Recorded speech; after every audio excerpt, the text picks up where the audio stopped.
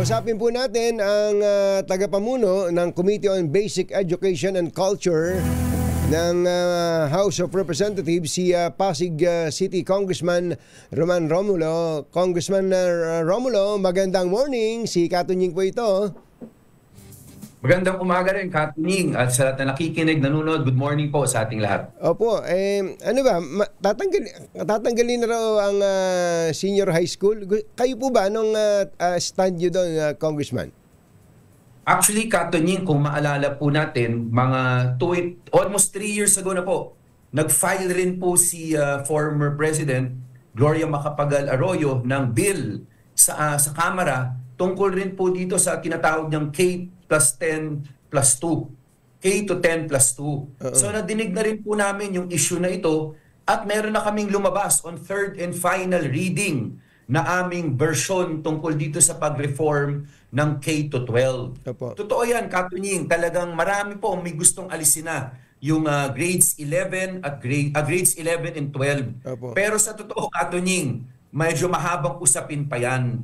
Pero habang pinag-uusapan yan, kailangan po talaga ng reforma na sa 11 and 12 kasi talagang hindi naman po totoo yung mga commitment na nangyari noong 2012, 2013 nung pinasa yung batas na pagkatapos mo ng grade 12, job ready ka, quality job, at college ready.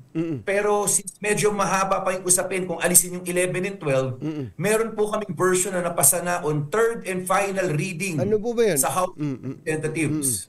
Sabi po namin, ganito na lang po gawin natin. Una, sa 11 and 12, pagpatuloy po natin yan, pero bigyan na po natin yung option, yung ating mga learners after grade 10. Una, wala na sanang strand. Wala nang tracks, wala nang strand. Academic track na lang. Kasi, Katunying, di ba ang problema ngayon sa K to 12, pagdating mo na grade 11, pipili ka ng isang track sa 4. Pag pinili mo yung academic, pipili ka pa ng strand.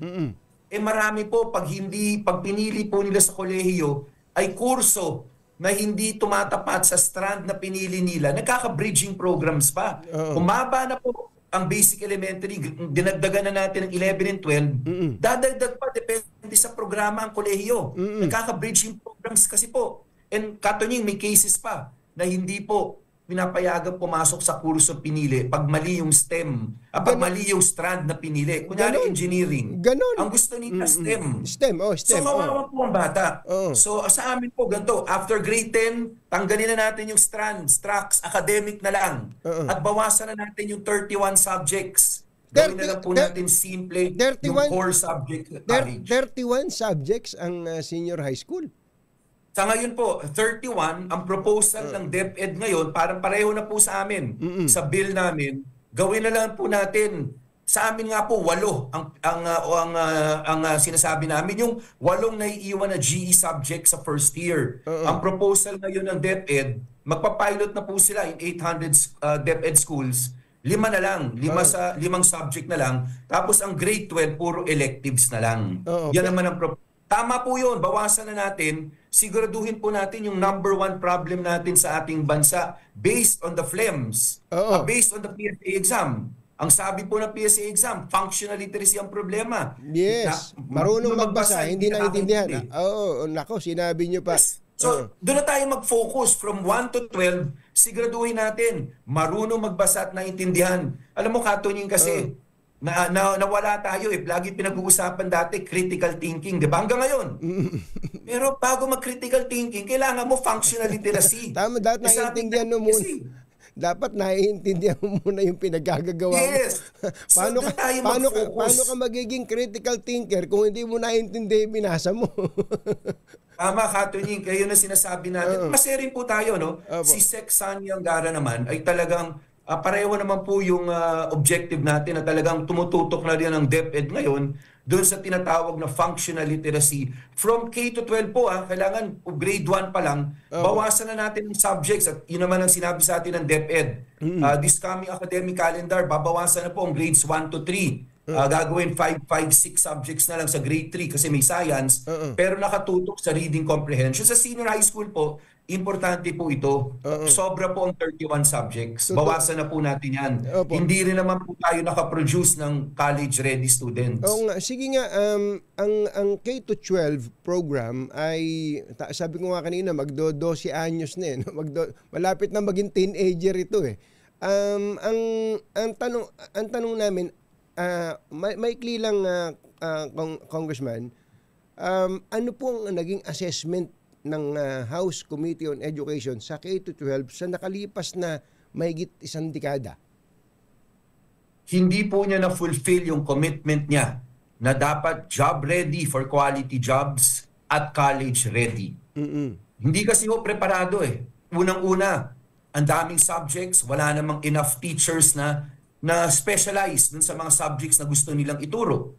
So doon pa lang may kakulangan na nga ng guro na specialized dun sa mga subjects na pinasok nila na 31 additional sa 11 and 12. So naapektuhan po hanggang pababa. Classrooms po, dahil nagdagdag tayo ng 2 taon. Yes. Hindi rin po nakahabol sa pag-build ng classroom. So sa totoo po, talagang yung ratio na ideal, hindi rin natin naabot doon. So talagang effectively po, kawawa rin po talaga yung quality of education na binibigay natin. Pero option din po ba na maging parang optional o elective na lang yung grade 11 and 12? Katunying, sa bill na pinasa po namin sa Kongreso, yung kinsabi kong third and final reading, may na-introduce po kaming konsepto doon. After grade 10, pwedeng kumuha, optional, pwedeng kumuha ng tinatawag naming honors exam ang isang learner. Pag napasa po niya yun, exempted na siya sa 11 and 12. Pwede na siyang dumiretso sa first year college. Okay yan. Kasi, yes, katunying sa totoo, maiklian ko yung oras, pero sa mayaman na pamilya kasi, yung may kaya, kahit mag-aral habang buhay, walang problema, may kakainin araw-araw. Totoo. Pero sa karaniwang Pilipino, kailangan nila quality education, quality jobs at the soonest possible time. Huwag na po natin pahabain at pahirapan pa ang learner. Nako, sana po ay may counterpart measure yan sa Senado. Sa inyo pala, naipasa ng matagal na. Sa Senado po ba meron? In fairness po, si Senator Sherwin Gatchalian ay kasalukuyan po, dinidinig po niya yung similar version sa Pathways Bill na pinasa namin. Itong kay Senator Jinggoy, bago to pero wini-welcome rin po namin para mas gumanda rin po yung debate tungkol dito. Kasi aminin naman natin, Katunying, wala namang may perfectong solusyon. Magandang, hindi naman matatapos na ito for this Congress, pero at least maaga tayo nag-umpisa for the 20th Congress. Tama po kayo. Magkakaroon ng refiling kung meron mang mga nakapending na ngayon. At Yes, sana mabilisan na, no? Dahil sa tuwing pasukan napag-uusapan to eh. Tama po, Katunying. Pero ang maganda po, medyo malayo na ang narating natin. Kasi sa amin po, in fact, napasa na po namin on third and final reading. So talagang yung version na lang ng Senado ang hinihintay namin. Opo, siguro isang nagkakasundo ang Senado at ang Kamara, at least yung majority, na hindi naman dapat tanggalin yung senior high school, kailangan lang na i-improve, ano? For now po, doon na muna tayo sa improvement talaga, yung reform doon, para hindi naman sayang yung oras ng bawat estudyante. Kasi yung usapin ng pagtanggal, medyo mahabang usapin pa yon. Let us reform first para at least yung learner quality education na makuha niya. Saka yun, sa totoo lang po, Congressman, bagamat gusto nating magka-epekto kaagad sa buhay natin, ang isang programang kagaya nito, tingin ko yung 10 taon maikli pa rin yan eh. Tama rin po yan, Katunying, pero maliwanag naman po na talagang congested yung curriculum. Hindi sapat ang mga guro na may kaalaman sa bawat specialized subject na gusto nila. So yung palang obvious naman, bakit pa natin hihintayin? Ipa-gestation period pa natin kahit umabot tayo ng matagal. Kawawa naman yung mga nag-aaral sa kasalukuyan in the next 5 years. Ibig sabihin yung kalidad naman para sa kanila na sakripisyo. Ito, last na lang.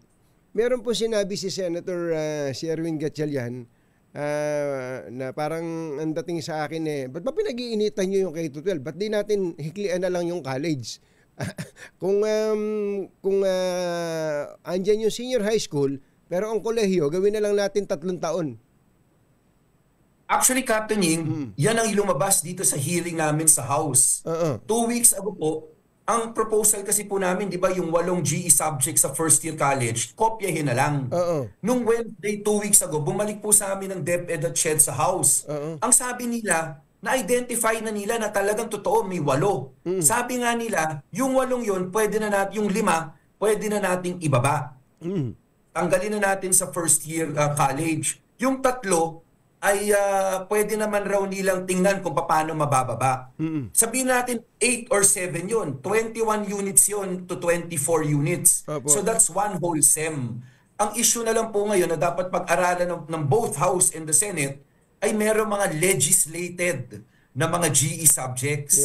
Ang batas ang nagsabi na ituro yan. Baka naman panahon na pag-aralan yan, baka meron din po doon na maaari natin mabawasan para sa totoo, maging 3 taon pero sa akin po masaya na rin po ako for now na 3.5 years kasi mahal po ang kolehiyo Talaga. sa totoo yung tuition fee maliit na component lang yan ang gastusin. Ang malaking gastusin talaga yung pang-araw-araw na pangailangan, transpo, pagkain. Totoo. Malaking bagay po yan. Matanggal natin yung mga talagang excess na. Ang sarap pag-usapan ng tungkol sa edukasyon na Congressman, kung pwede ba kayo magprograma dito sa DCRH para minsan sa linggo man lang may tumututok sa edukasyon?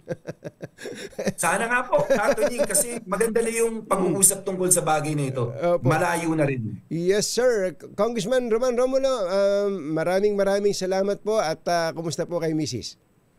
Yes, maraming salamat, Katining, at sa lahat po, good morning sa lahat. Good morning po. Si Congressman Roman Romulo, ang chairman ng Committee on Basic Education and Culture ng House of Representatives.